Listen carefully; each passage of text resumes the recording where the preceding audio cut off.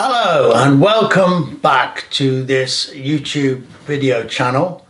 My name is Chris Philpott and this channel is about climate emergency and spiritual values. Well, today we're going to talk about the deeper causes of climate change. This is program 5, carrying on from program 4 when we looked at other deeper causes. So the deeper causes are rested in man's behaviour. What is balance? Well, balance is stability. Nature always tries to restore the balance when there is an imbalance. We've heard about a balanced diet leads to a healthy, balanced body. Balance in nature creates a healthy planet, a healthy ecosystem. Now, we hinted at the idea of greed and materialism in the previous program of being a deeper cause. Well, that's rooted in balance really, because what we've got with climate change is a result of a lack of respect for nature, because we've over-consumed nature. We haven't got balance and harmony in ourselves, and I would say that that lack of harmony and balance in ourselves expresses itself in the imbalances we cause in natural systems by overconsumption. Heat in the ocean is caused by greenhouse gases, we know, and it's getting more and more, and it is absolutely disturbing everything. David Attenborough, I saw the other night, his Perfect Planet programs. I'd recommend the one on what humans have done. And what he said was the climate system is being messed up because too much heat in the ocean, causing storms, causing rainfall patterns to change and heat waves and all sorts of things. So we've altered the balance, but spiritual teachings tell us that balance is very important. First of all, the balance in ourselves, finding harmony and balance in ourselves, but then maintaining balance in nature. I travelled to India in 2002 and I interviewed a lot of different spiritual leaders, 130 in 2.5 months. Now, Islam was a problem for me getting interviews. I got so many refusals, and it's 2001 that we had the Twin Towers, and Muslims are very, very cautious towards Westerners. But what I can say is that I visited a lot of holy places in India, and don't forget there are 600 million Muslims in India, so they're not a small amount of people in the population. And I visited Sufi shrines in Delhi, Bombay, Ajmer. Now, in Delhi, I interviewed a fantastic Islamic scholar, internationally renowned, Wahiduddin Khan. Why was he a famous scholar? He was a famous scholar because he'd studied in Islam in detail and was well respected. I've seen photographs of him meeting the Prime Minister of India. But when I arrived at his place, I was amazed to find an armed guard outside his house, because basically he'd written a book about jihad. The jihad in Islam is a struggle within yourself. But some in the extremist element of Islam have seen jihad as a struggle against the oppression of all those who are against Islam, the holy war. This is why we have terrorism. So they, the extremists, wanted him out of the way, because what he said in his book, and I'll show you that in a minute, is that jihad was a spiritual taking on of oneself, a struggle within oneself, not an external struggle to defend Islam. He said that balance was very important. What he's saying is that we should maintain this balance. And he said this: this world is a universal guest house given to us by God. We have to live here like a guest and not disturb the house. This is the book he wrote. It's called A True Jihad. And this little book could have cost his life. So information is important, but sometimes deadly. Now, in Islam, the Holy Quran is their sacred book. Muslims follow this. And it has this to say about balance. And the firmament he has raised high, and he has set the balance in order that ye may not transgress the balance. Quite obvious, we've got to keep balance in nature. It also says in the Holy Quran, verily, all things have been created in proportion and measure. The idea in Islam that God has set everything as it should be, and mankind should not disturb that balance. Let's have a look at Buddhism. We looked at this in previous programs. Although the Buddha, when he lived in a pristine environment. There was nothing wrong with it. There was no pollution. It was before industrialization. But he still had rules for his monks. He said you shouldn't urinate in ponds or rivers because you're polluting it. The Buddha emphasized living the middle way, down the middle, to maintain the balance within ourselves. Now, I was honored in 2002 to travel to Dharamsala. You can see it on this map.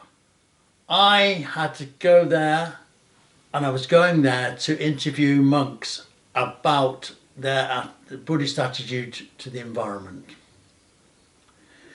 And you can see from this document, I had to get permission from the Tibetan government in exile.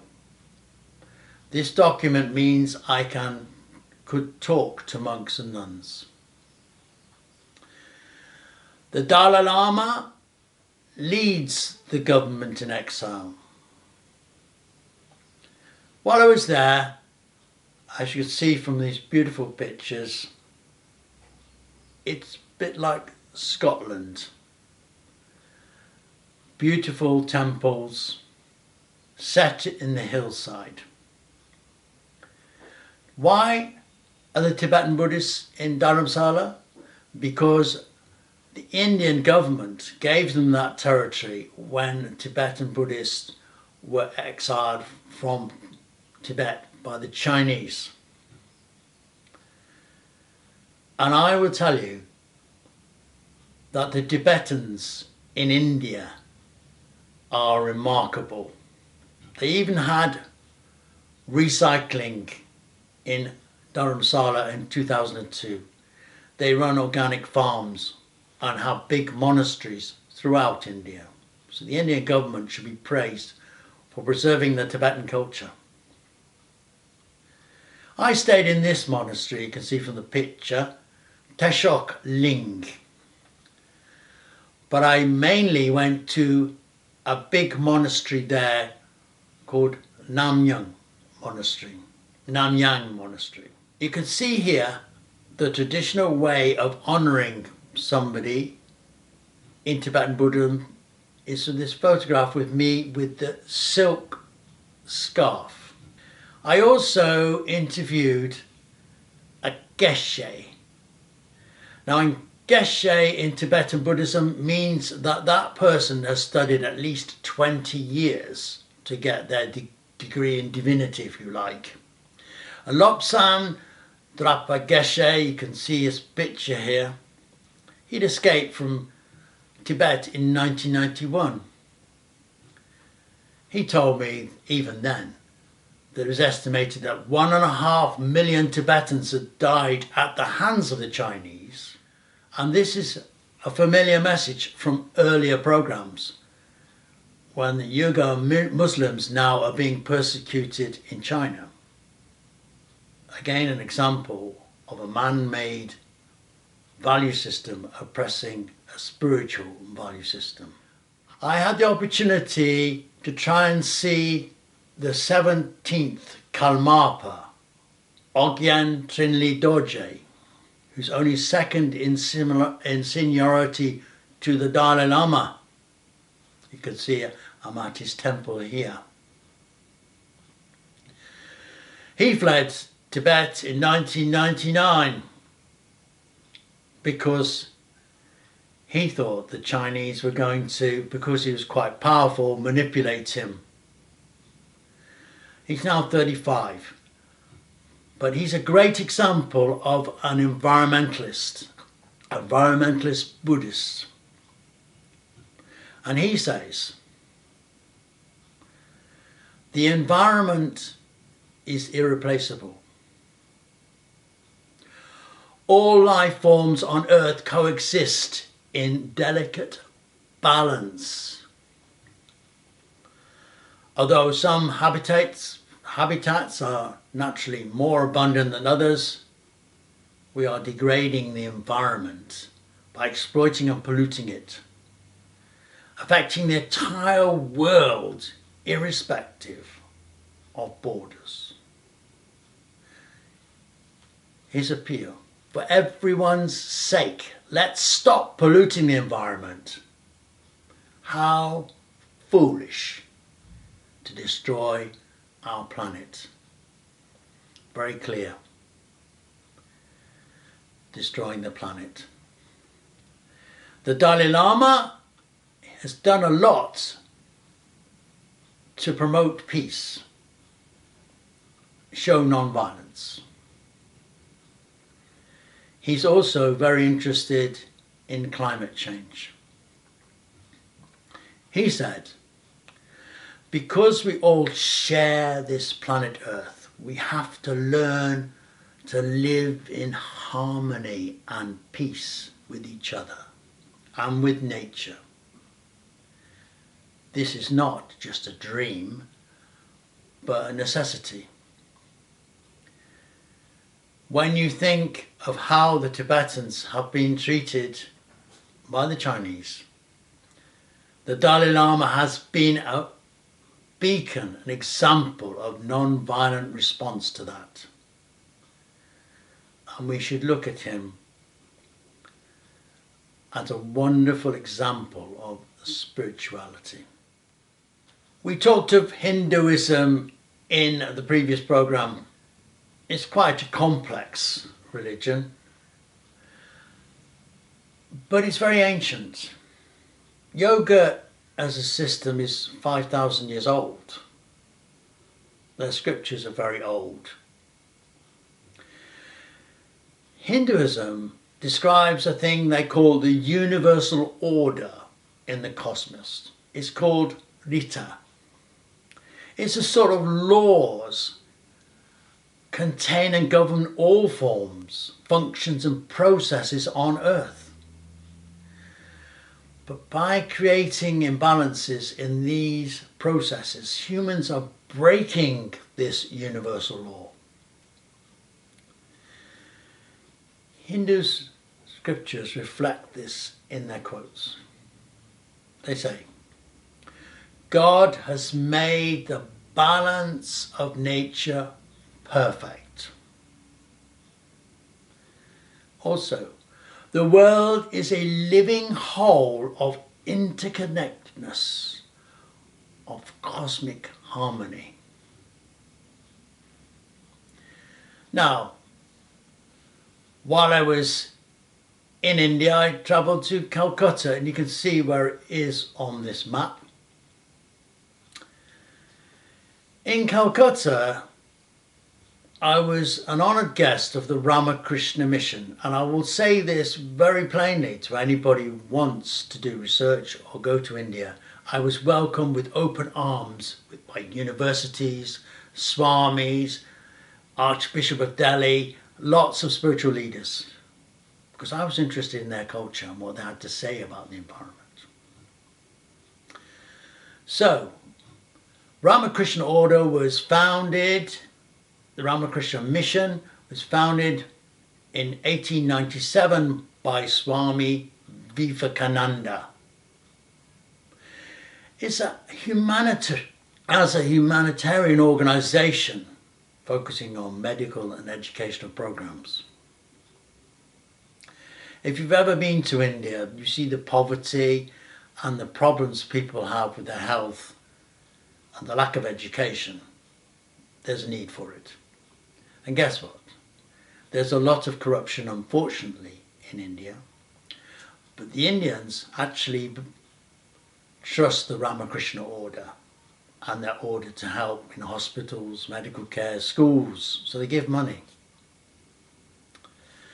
So I was honoured to interview the Swami Swaramananda, General Secretary of the Ramakrishna Mission at that time.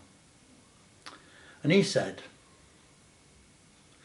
a large number of man's activities are polluting the physical environment around him and creating an imbalance in the ecological situation, which is difficult to restore or cannot be restored at all. So he was very aware of what was going on. I've mentioned this guru before, Amma. Amma is a wonderful spiritual ambassador. She's called the hugging saint because she hugs people. And I met her first in 1988 and then met her again recently. And when I met her first, she hugged my back and electrical shock went up the back. She's absolutely spiritual. But she's very, as a child, she was brought up in nature. And she's concerned about the destruction of nature and climate change. So, in her ashrams in southern India, they have recycling, they have organic growing, they make goods that are sustainable.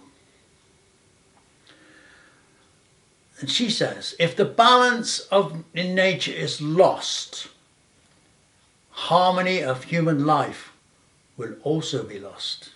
And we're seeing this with climate change. Our lives are being disturbed by bad weather. In Rishikesh, as you can see from this map, I visited the ashram of Swami Shatrananda. He was very keen to convey to me that Hinduism is essentially an environmentally friendly religion. And he said this: to live in harmony with the whole of existence, this is what we call environmental religion. And Hinduism, as you'll see in later programs, sees nature as divine. So, we come on to another religion we've seen before, Taoism. You remember, it's about living in harmony with the Tao, the way, the truth. The sage is the wise person who lives in this way. And it's important not to disturb the balance in Taoism, not to put anything out, because nature is perfect harmony. It's only mankind that would disturb the balance. Now in Taoism, you've probably seen this symbol many times. The yin and the yang. The male and the female. The light and the dark. What they say in Taoism, there's two opposing forces in nature. In this illustration, black and white. And these have to be in balance. If there's no balance, then there will be suffering for nature. Nature is unstable. Nature is unreliable, as climate change is making nature unreliable for us now. So, what they're saying is, everything in nature is interdependent. Nothing sits on its own. But the way that nature works, and you see this in ecosystems, they always try to get back to balance. Nature's always trying to get to that point where the opposites are not cancelling each other out, but are in balance. Yin and yang in balance. As I said, in Taoism, the sage is the ideal person. And Lao Tzu emphasized the need for harmony and balance. And he said, when you know nature is part of yourself, you will act in harmony. If, he's also said, fill your bowl to the brim and it will spill. Keep sharpening your knife and it will blunt. In other words, saying, don't overdo things. Keep the balance.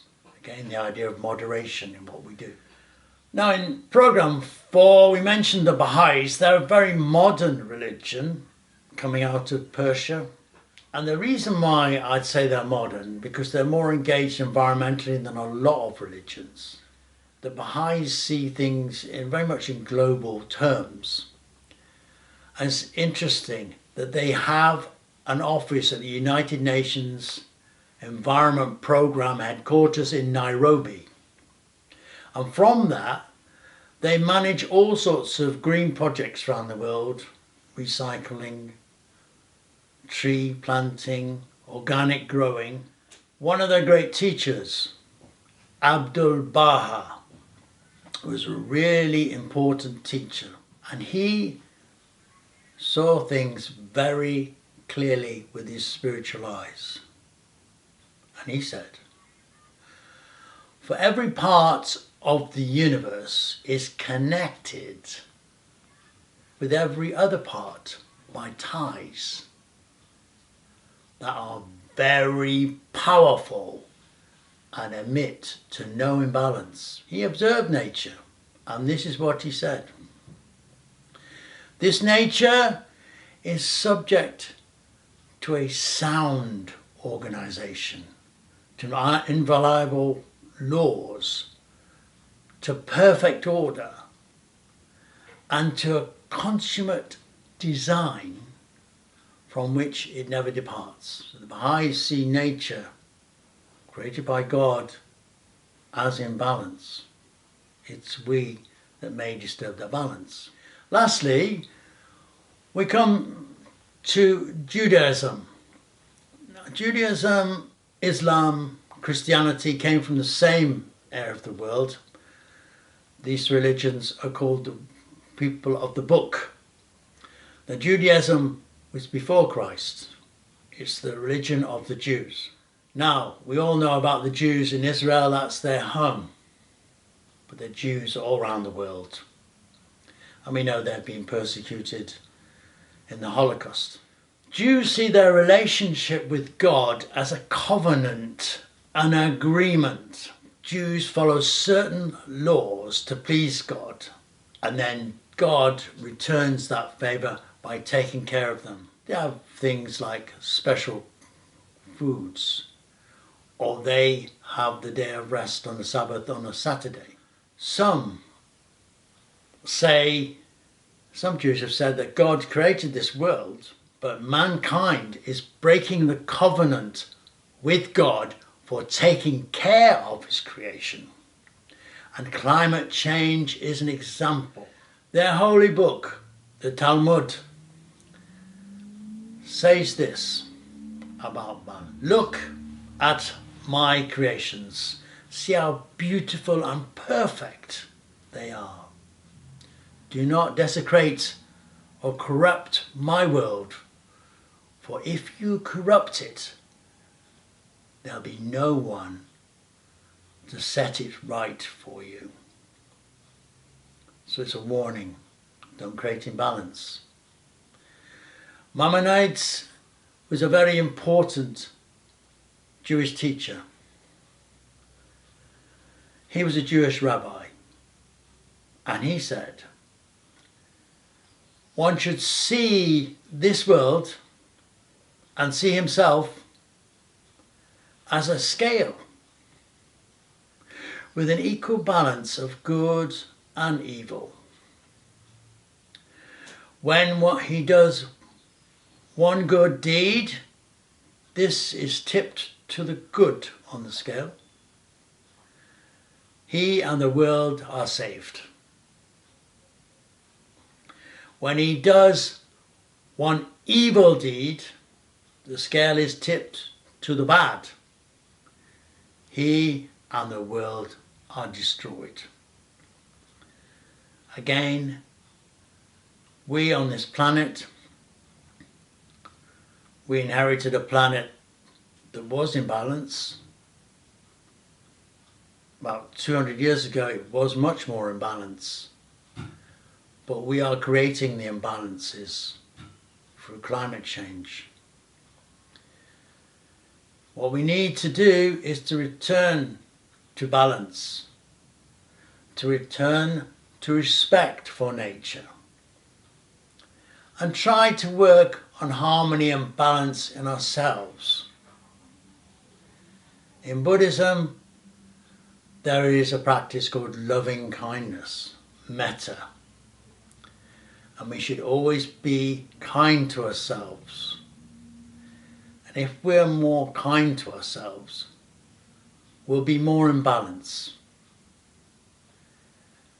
So this wisdom about balance is very important. And we should always consider the balance within ourselves and the balance in the environment in which we live. Thank you.